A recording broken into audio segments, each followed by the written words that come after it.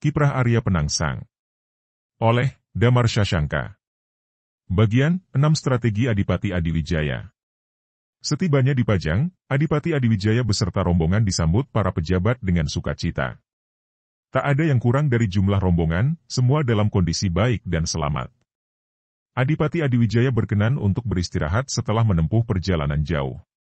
Pada sore harinya, Adipati Adiwijaya memanggil Ki Mas Manca, Ki Mas Wila, Ki Mas Wuragil, Ki Ageng Pamanahan berikut Ki Juru Mertani.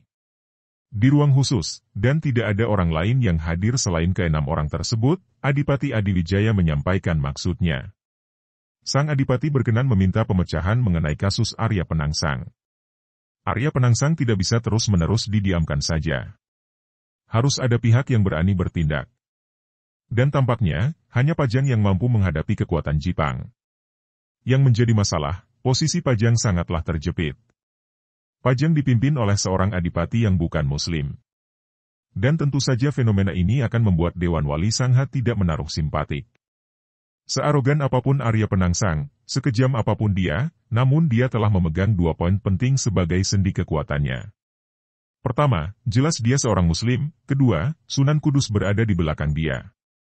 Oleh karenanya, Adipati Adiwijaya meminta pertimbangan dan jalan keluar yang tepat, yang tidak merugikan Pajang, namun bisa menghancurkan kekuatan Jipang.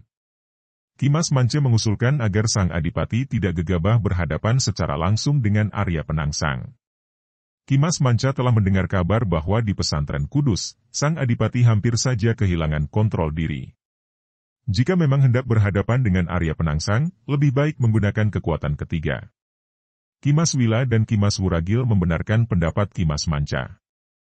Begitu juga dengan Ki Ageng Pamanahan dan Ki Juru Mertani. Yang menjadi masalah sekarang, siapakah kekuatan ketiga yang bisa dijadikan alat untuk memukul Jipang? Seluruh yang hadir terdiam. Masing-masing tengah memeras otak. Lantas, Ki Ageng Pamanahan angkat bicara sembari menyembah. Mohon beribu ampun, Kanjeng Adipati. Jika diperbolehkan hamba akan memberikan masukan. Adipati Adiwijaya mengangguk.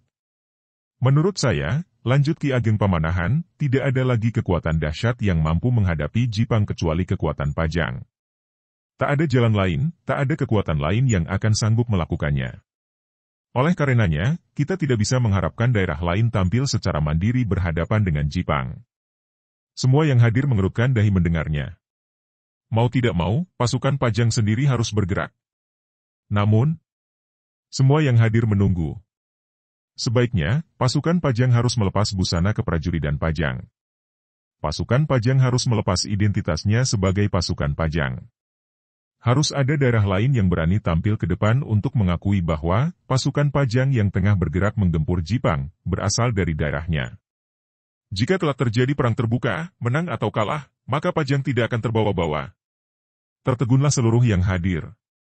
Ki Mas Manca angkat bicara. Pamanahan, lantas daerah manakah yang dimungkinkan untuk berani tampil mengakui seperti itu? Ki Ageng Pamanahan menyembah. Kalau memang diizinkan, biarlah hamba dan paman saya, Ki Juru Mertani yang akan tampil ke depan.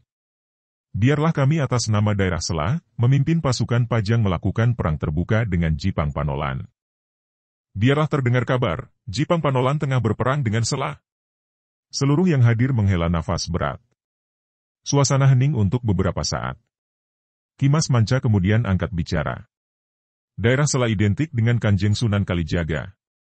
Adipati Adiwijaya memincingkan mata mendengarnya. Dan Jipang Panolan identik dengan Kanjeng Sunan Kudus, lanjut Ki Mas Manca. Dan akan menjadi sebuah berita yang besar manakala Dewan Wali Sangha mendengarnya, bukankah begitu Kang Mas Manca? Sela Adipati Adiwijaya datar. Ki Mas Manca menyembah sesaat. Benar Dimas Adipati. Dan jika itu terjadi, tidak menutup kemungkinan, Dewan Wali Sangha akan campur tangan untuk memaksa kedua belah pihak agar melakukan genjatan senjata. Adipati Adiwijaya menghela nafas sekali lagi. Nampak kini, Ki Juru Mertani menghaturkan sembah. Mohon beribu ampun, Kanjeng Adipati.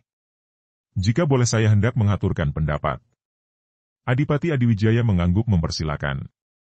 Sebaiknya Kanjeng Adipati mengeluarkan sayembara khusus secara terselubung kepada para penguasa daerah yang berada di bawah kekuasaan Pajang. Mohon sayembara ditawarkan kepada penguasa yang jelas-jelas telah nyata kesetiaannya kepada Pajang. Hindari penguasa daerah yang masih diragukan kesetiaannya. Dari sekian banyak para penguasa daerah yang ditawari sayembara, pastilah ada yang akan berani tampil untuk memimpin pasukan Pajang dengan menggunakan identitas daerahnya. Jikalau memang tidak ada yang berani, maka terpaksa, saya beserta keponakan saya, Pamanahan, akan tampil ke depan dengan mempertaruhkan nama Sela.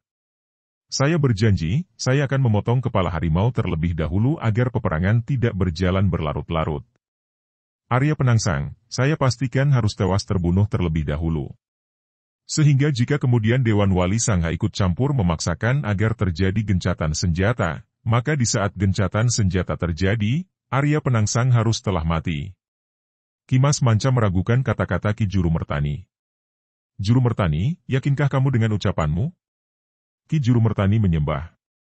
Dengan taktik yang bakal hamba buat, untuk memperdaya Arya Penangsang, agar keluar sarang sendirian, saya yakin, saya pasti bisa memenuhi ucapan saya, Kanjeng Patih.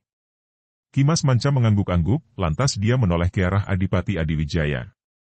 Bagaimana, Dimas Adipati? Adipati Adiwijaya tercenung sesaat, lantas dia berkata, baiklah, tapi hal tersebut dilakukan jika memang nanti tidak ada satupun daerah yang berani memasuki sayembara. Oleh karenanya, aku akan memberikan imbalan besar.